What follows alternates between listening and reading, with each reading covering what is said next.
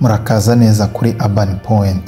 Muri iyi video turarebera hamwe uko muri Sri Lanka imvura idasanzwe yamaze iminsi 3 idahita. Hari n'inkuru y'umugabo wuriye igiti wirinda ko amazi amutwara. Niba ukunda kumenya amakuru y'isi, subscribe na like.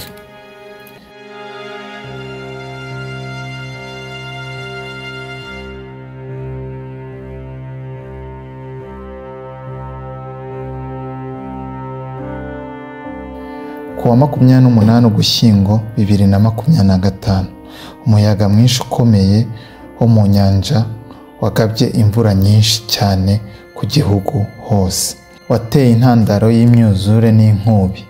Iyi mvura n'imyuzure ni imwe mu myuzure ikomeye mu myaka 20 ishize muri Sri Lanka.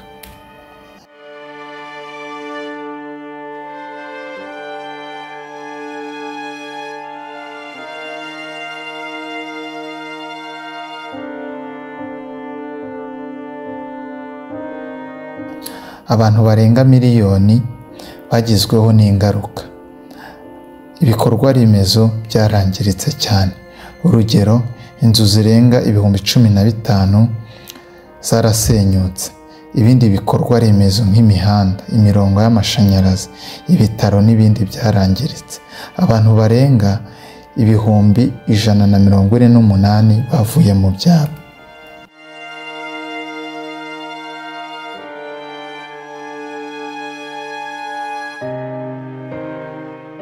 Nyuma y'umwuzure hamaze kubarurwa abantu barenga 400 bamaze kwitaba Imana. Igihugu cy'Ubuhinde cyahise gitabara ku ikubitiro. Ubu n'igihugu cya Pakistan cyagezeyo gutanga ubufasha. Abarokotse nabo bari gufashanya, cyane cyane ababuze imiryango yabo bari kubaba hafi. Ibaza abantu 400. Tanga urugero rwaho bari icyarimwe.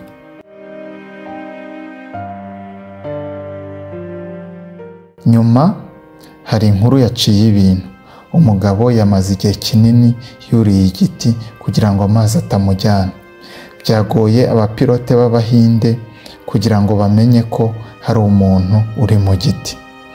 Nyuma yo gutabarwa yari yishimye cyane n'akanyamuneza.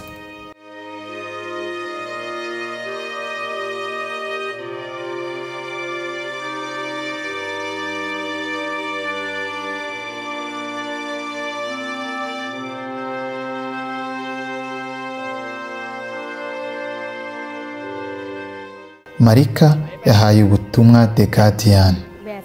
Imvura yaguye iminsi 3 idahagarara. Ati gusa mbere twari twumvise amatangazo y'uko hari imyuzure. Gusa twatekerezaga ko bitagera kuri iyi refu. Ngo bakuye ibintu hasi babyerekeza hejuru. Ariko ntibyabafashije kuko amazi yaje kubigeraho. Niba hari icyo uvanye muri iyi nkuru gisangize abandi muri comment.